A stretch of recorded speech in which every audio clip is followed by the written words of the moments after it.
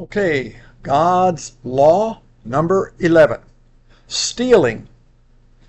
Jesus said in Matthew 5:19, "Do and teach God's law."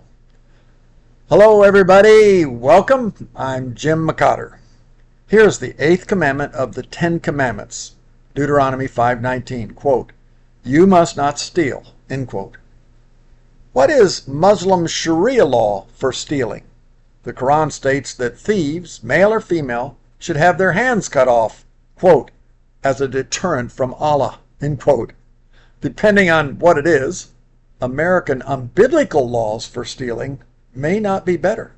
As bad as cutting off hands for stealing, cutting off the rest of a person's life in prison for stealing, some would say is worse.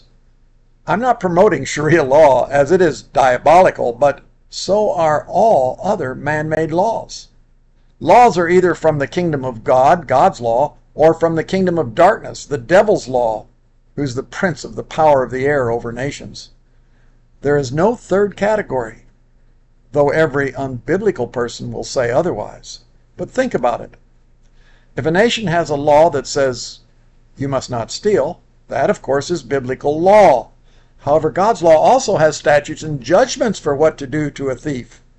That is where nations go off and fall into their own godless, humanistic laws. From Hammurabi's law code in putting all thieves to death, to America's unbiblical imprisonment or fines.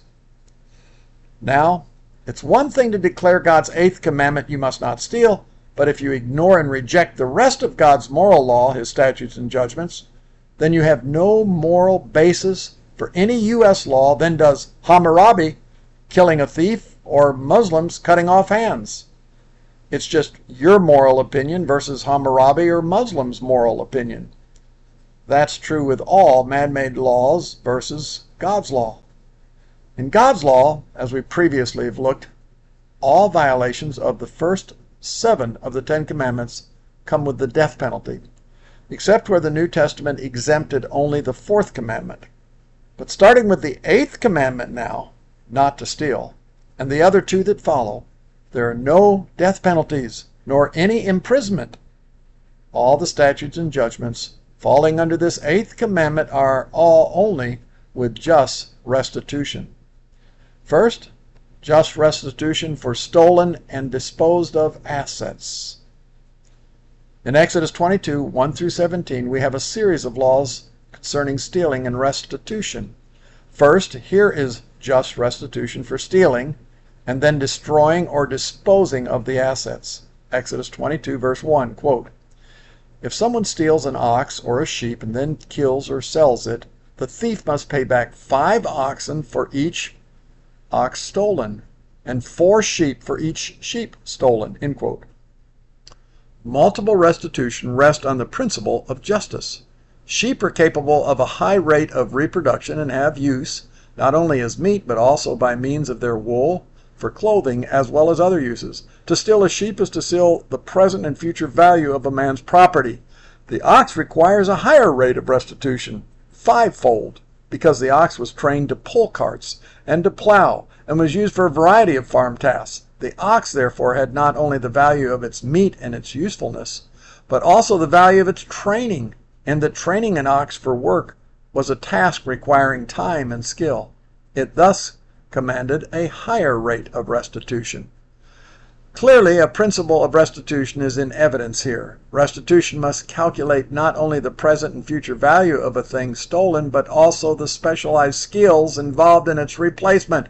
Moreover, what is overall calculated here is not just stealing an animal, but stealing a man's very livelihood and then destroying or disposing of his business asset. Second, defenses against a thief. Exodus 22, 2 through 3, quote, "If a thief is caught in the act of breaking into a house and is struck and killed in the process, the person who killed the thief is not guilty of murder. But if it happens in daylight, the one who killed the thief is guilty of murder. A thief who is caught must pay in full for everything he stole. If he cannot pay, he must be sold as a slave, an indentured servant, to pay for his theft," end quote. A housebreaker at night can be legitimately killed by householders to defend their property. It is part of their legitimate defense of themselves and their properties. In daylight, however, the killing of a thief, except in self-defense, is murder. If a thief is later caught and cannot make full restitution, he becomes an indentured servant, similar to an employee but more confined, who works to pay off his full restitution before he is free again. Most Europeans that came to early America came as indentured servants, as were the Pilgrims. This is not the same as slavery, but it does mean to be under someone's full custody until the full income of the convicted thief pays off his full restitution of debt. To put any thief in prison as payment for their crime is stupid and contrary to God's law. Moreover, it's unjust for a victim to not receive full restitution from the thief. In addition, it never frees the thief of his guilt and thus perpetuates more or worse thievery if paroled, not to speak of prison inmates inciting him towards more crime.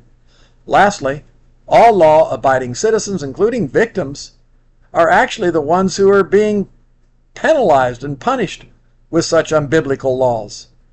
Innocent victims and law-abiding citizens then have to pay to imprison criminals in massive buildings with guards and free board and room, cable TV, library, weight rooms, game courts, and much more. One lifetime sentence will cost innocent victims and citizens hundreds of thousands of dollars to millions of dollars. Are you ready for God's law yet? Third, just restitution for stolen and retrieved assets. This law specified the restitution required of a thief caught in the act or caught before disposing of the stolen goods. Exodus 22, verse 4, quote, "If someone steals an ox or a donkey or a sheep, and it is found in the thief's possession, then the thief must pay double the value of the stolen animal," end quote. In such cases, the thief was to restore the thing stolen and its equivalent, i.e., the exact amount he expected to profit by his theft. This is the minimum restitution. For example, a man who steals $100 must restore not only the 100, but another 100 as well. When God's law is followed, stealing dramatically reduces. This then reduces insurance and improves all other economics, as well as societal safety and peace. Fourth, just restitution for liability. Certain acts, whether deliberate or accidental, incur a liability which requires restitution, for to damage another man's property is to rob him of a measure of its value. Exodus 22, 5 through 6 says this, quote, "If an animal is grazing in a field or a vineyard and the owner lets it stray into someone else's field to graze, then the animal's owner must pay compensation from the best of his own grain or grapes. If you're burning thorn bushes and the fig fire gets out of control and spreads into another person's field, destroying the sheaves and the uncut grain of the whole crop, the one who started the fire must pay for the lost crop," end quote. The restitution in all such cases depends on the nature of the act. If fruit trees or vines are damaged, then future production is damaged, and the liability is proportionate. Time does not permit to detail other areas of just restitution: custody, borrowing, renting, seduction, etc. But when understood correctly, all God's law, every one, are amazing. Psalms 19:7 says, quote, "The law of the Lord is perfect."